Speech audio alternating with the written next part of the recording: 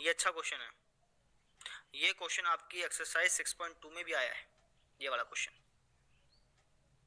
ठीक है, क्या क्या लिखा है कि समलंब ए बी सी डी जिसमें ए बी समांतर डी सी है। एक समलंब है, लेट से ये समलंब है ए बी सी डी। इस समलंब में ए बी जो है वो सी डी के समांतर दे रखा है। के विकर्ण ए सी और बी डी परस्पर ओ पर प्रतिच्छेद करते हैं। इसके विकर्ण है ए सी और बी डी, ये परस्पर कहाँ काटते हैं? एक दूसरे को ओ पॉइंट पर काटते हैं। दो त्रिभुजों की समरूपता कसौटी का प्रयोग करते हुए हमें दर्शाना है कि ओ ए बटा ओ सी, ओ ए बटा ओ सी बराबर होगा ओ बी बटा ओ डी के, ओ बी बटा ओ डी के। समझ में आया? ओ ए बटा ओ सी, ओ ए और ओ सी का रेशो बराबर दिखाना है ओ बी बटा ओ डी के। अब आपको है ना ये क्वेश्चन प्रश्नावली 6.1 में मिला था, याद है? कौन सा क्वेश्चन था? क्वेश्चन नंबर 9 और 10 इसी टाइप के क्वेश्चन थे, मेरे ख्याल से 9 था। इसी टाइप का क्वेश्चन था। आपने उसको वहां पर कैसे किया था? बीपीटी से किया था, याद है? हमने उसमें क्या किया था? हमने है ना यहाँ से एक रेखा खींची थी, अपनी मर्जी से कंस्ट्रक्शन करी थी। उसके बाद ये त्रिभुज लेके चले थे, ये त्रिभुज लेके चले थे, है ना, दोनों में बीपीटी लगाई थी और उसके बाद हमने रेशो को बराबर प्रूफ किया था। अब यहाँ पर इसको प्रूफ करने का हम एक और तरीका सीख रहे हैं, वो है त्रिभुजों की समरूपता कसौटी का यूज करके, है ना। अब इसमें हम क्या करते हैं? इन दोनों त्रिभुजों को लेके चलते हैं, इन दोनों त्रिभुजों को लेके चलते हैं और इन दोनों को समरूप दिखा देते हैं। जैसे ही मैं इन दोनों को समरूप दिखा देता हूं तो उससे होता क्या है? हमें पता कि समरूप त्रिभुजों में संगत भुजाओं का जो रेशो है वो बराबर होता है। तो फिर क्या हो जाता है कि रेशो में ना हमेशा बराबर आ जाता है। वापिस समझो, इन दोनों त्रिभुजों को लेके चलेंगे, समरूप दिखा देंगे। जैसे ही समरूप दिखाऊंगा तो इनका जो रेशो है ना वो आपको अपने आप ही बराबर मिल जाएगा। अभी बताया तो है कि जब दो त्रिभुज समरूप होते हैं तो एक तो संगत कोण बराबर होते हैं और दूसरी बात क्या होती है कि जो उनके रेशो होते हैं या फिर कह लो कि उनकी जो संगत भुजाएं होती हैं वो समानुपाती होती हैं।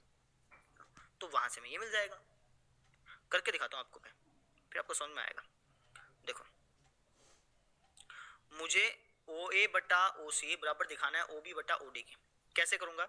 मैं ये दोनों त्रिभुज लेऊंगा, त्रिभुज ए ओ बी व त्रिभुज, अब नाम देने में ध्यान देना, आपने ए ओ बी लिया है ना, तो आप ए ओ को किसके साथ दिखाना चाहते हो? ओ सी के साथ दिखाना चाहते हो। जो आपने दर्शाना है उसमें ओ ए को ओ सी के साथ दर्शाना है ना, तो ओ ए को किसके साथ दर्शाना चाहते हो? ओ सी के साथ। तो आप क्या लोगे? यहाँ पे ए ओ लिया है तो यहाँ पे आप लोगे, ए ओ लिया है ना तो यहाँ पे सी ओ लोगे, ठीक है। फिर क्या बच गया आपके पास? डी बच गया। अब आप नाम चेक कर लेना, एओ का सीओ के साथ दिखाना है, एओ का सीओ के साथ दिखाना है, बिल्कुल सही बात है। बीओ का डीओ के साथ दिखाना है, बीओ का डीओ के साथ दिखाना है, बिल्कुल सही बात है। और ए बी का सी डी के साथ दिखाना है, ए बी का सी डी के साथ दिखाना है। तो आगे तो नाम देने में थोड़ा ध्यान देना। तो इन दोनों त्रिभुजों को हमने ले लिया। अब हम इन दोनों को समरूप कैसे दिखाएंगे वो समझो। देखिए, ये दोनों भुजाएं आपको पैरेलल दे रखी है, समांतर दे रखी है। इसका मतलब ये है कि ये वाला कोण इस कोण के बराबर होगा, क्योंकि एकांतर कोण बराबर होते हैं कब? जब रेखाएं समांतर होती हैं तब। पिछली बार तो थी नहीं, अब की बार है तो हम यूज करेंगे। यानी ये वाला कोण इस कोण के बराबर हो गया, एकांतर कोण है। ऐसे ये वाला कोण इस कोण के बराबर हो गया।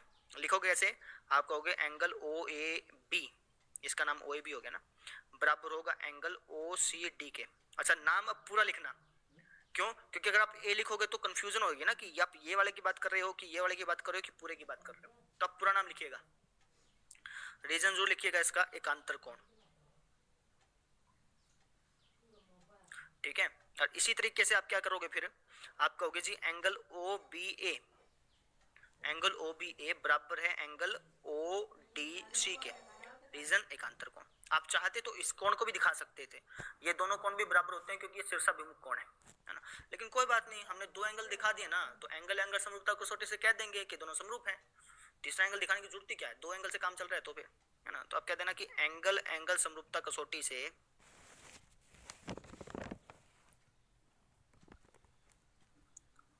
ये दोनों त्रिभुज, त्रिभुज ए ओ बी समरूप हैं त्रिभुज सी ओ डी के। और जब दो त्रिभुज समरूप आते हैं तो उनकी संगत भुजाओं का अनुपात बराबर होता है। मतलब ए ओ और सी ओ का जो अनुपात है वो बराबर होगा ओ बी और ओ डी के अनुपात के, और ये बराबर होगा ए बी और सी डी के अनुपात के। ऐसे लेते हैं, ध्यान दो। पहले दो पहले दो के, लास्ट के दो, लास्ट के दो के, पहला लास्ट, पहले लास्ट के, ऐसा है ना। रीजन क्या लिखोगे, आप कहोगे कि समरूप त्रिभुजों की संगत भुजाएं,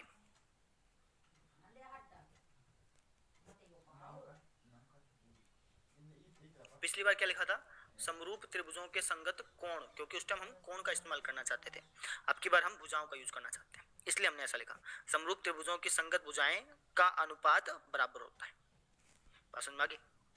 अब मुझे जरूरत किसकी है, मुझे तो ओ ए बटा ओ सी और ओ बी बटा ओ डी की जरूरत है, तो इसमें से ले लो बस, ये रहा ओ ए बटा ओ सी, ए ओ बटा सी ओ कहो या ओ ए बटा ओ सी कहो, बात तो एक ही है ना। ओ ए बटा ओ सी ये हो गया और ओ बी बटा ओ डी ये हो गया, इन दोनों की जरूरत है तो लिख दो, तो ये हो गया ए ओ बटा सी ओ बराबर हो गया ओ बी बटा ओ डी के, है ना। अगर आप और सिंप्लीफाई करके लिखना चाहो, भाई ए ओ नहीं जरूरत रहा आपको, तो आप ओ ए लिख सकते हो, इसको कोई दिक्कत नहीं है, ओ ए बटा ओ सी लिख दो, बात तो एक ही है। तो इस तरीके से हमने क्या कर दिया, इसको दर्शा दिया। आप लिखना चाहें तो हैंड्स प्रूफ लिख सकते हैं और नहीं लिखना चाहें तो कोई बात नहीं। वापस समझ लो हमने किया क्या है, हमें ए ओ बटा ओ सी बराबर दिखानी थी ओ बी बटा ओ डी के, तो ये दोनों त्रिभुज लेके चला, इन दोनों को समरूप दिखाया, समरूप दिखाने के बाद अपने आप ही जो हमें चाहिए था वो मिल गया।